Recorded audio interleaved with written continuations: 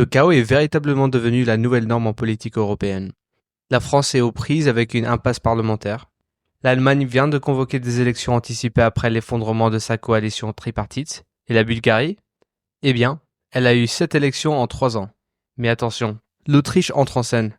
Ce samedi 4 janvier, le chancelier conservateur autrichien, Karl Nehammer, a annoncé qu'il démissionnerait dans les prochains jours.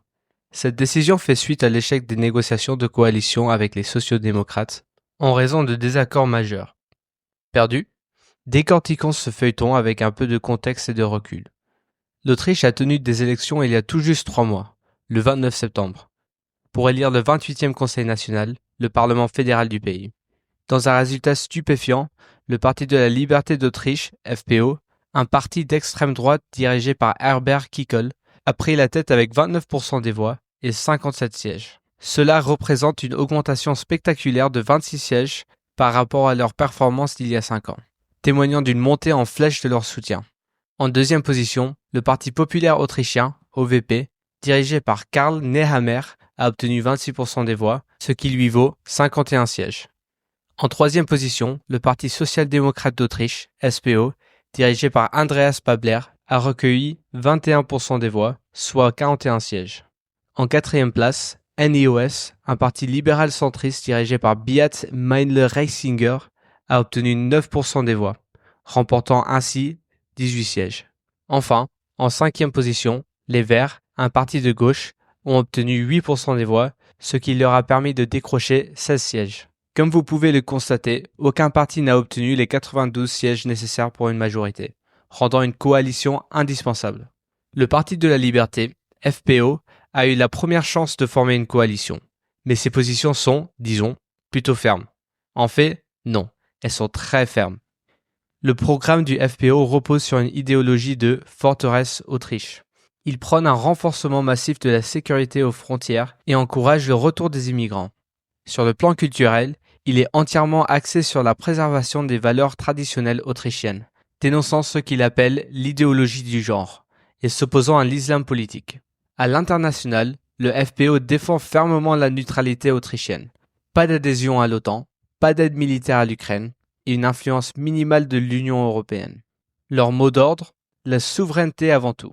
De son côté, le Parti populaire autrichien, OVP, arrivé en deuxième position, a déjà travaillé avec le FPO par le passé, mais n'est absolument pas enthousiaste à l'idée de renouveler l'expérience. Les deux leaders, Karl Nehammer de l'OVP et Herbert Kickl du FPO, ne peuvent pas se supporter. Nehammer a catégoriquement exclu toute collaboration avec Kickl en raison de ses positions extrêmes et de son penchant pour les théories du complot, comme le déni du changement climatique, par exemple. Avec personne d'autre disposé à s'allier au FPO, la seule alternative logique était une coalition entre l'OVP, le Parti social-démocrate et NEOS. Ensemble, ils auraient pu constituer une solide majorité au Parlement. Le problème, ces trois partis ne sont pas exactement sur la même longueur d'onde non plus. Le Parti populaire autrichien, du centre droit, défend des valeurs conservatrices, une politique favorable aux entreprises, la sécurité et des politiques migratoires strictes. Il prône une réduction des taxes et propose un délai de 5 ans avant que les immigrants puissent accéder pleinement aux prestations sociales. Sur le plan européen, l'OVP est fermement pro-européen, soutenant l'intégration de l'Autriche dans l'Union et des liens solides avec Bruxelles. Le Parti social-démocrate, en revanche, se bat pour la justice sociale et la réduction des inégalités. Il veut renforcer l'État-providence, élargir les services publics et lutter contre la pauvreté. Parmi ces propositions figure l'introduction d'une semaine de travail de 32 heures et la garantie d'un rendez-vous avec un médecin spécialiste sous 2 semaines. Le SPO s'oppose fermement à l'adhésion à l'OTAN, tout en restant favorable à l'Union européenne. Et puis, il y a NEOS, au centre, qui se présente comme un parti réformiste tourné vers l'avenir. Il décrivent les dernières années comme des années perdues de crise et vise à moderniser l'Autriche. Le NEOS est résolument pro-européen, allant jusqu'à plaider pour des États-Unis d'Europe.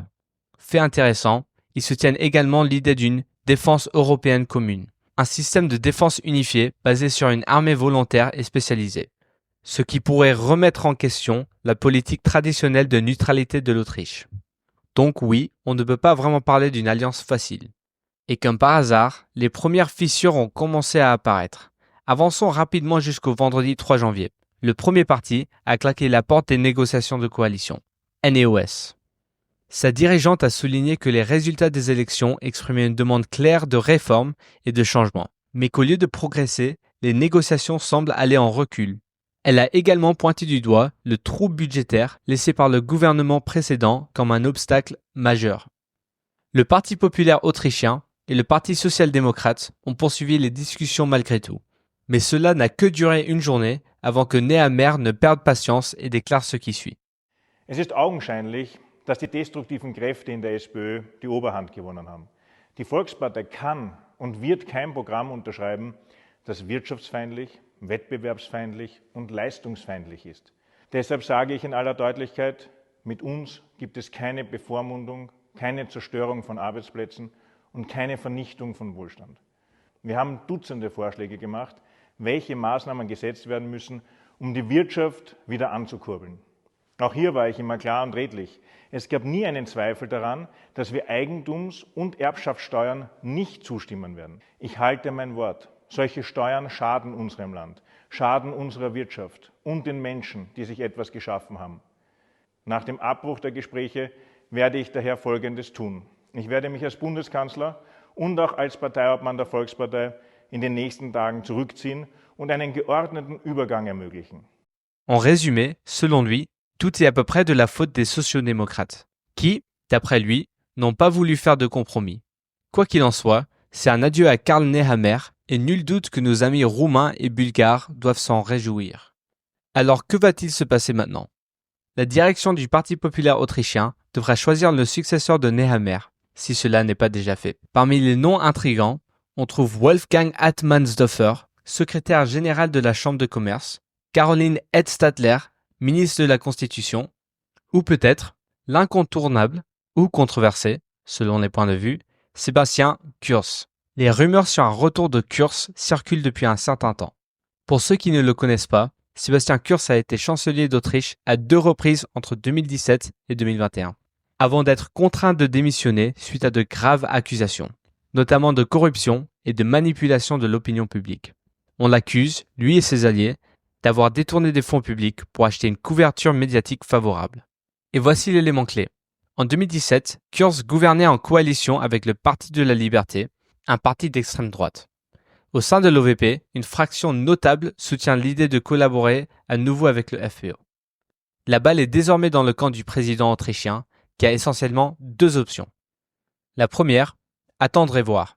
Il pourrait éventuellement redonner au Parti populaire autrichien un mandat pour former une coalition. Cette fois, cela impliquerait presque certainement le Parti de la Liberté. Une condition clé, l'OVP choisirait le chancelier, ouvrant potentiellement la voie à Sebastian Kurz pour la 3e fois. La deuxième option, appelée à de nouvelles élections. Si tout échoue, cette option est sur la table. Le FPÖ, très favorable à cette idée, pourrait en tirer profit, surtout que les sondages indiqueraient une montée de leur popularité. Un sondage commandé par Der Standard en décembre montre le FPÖ atteignant 35% d'intention de vote, un bond significatif depuis les dernières élections. Avec ce scénario, un chancelier issu du FPÖ pourrait bien devenir la réalité. Évidemment, tout cela reste de la spéculation pour le moment. Seul le temps nous dira quelle direction prendra ce drame politique autrichien. Dites-nous ce que vous avez pensé de cette vidéo. Quelles sont, selon vous, les perspectives pour l'Autriche dans les semaines à venir? Et n'oubliez pas de vous abonner pour encore plus d'analyses et de liker la vidéo si elle vous a plu.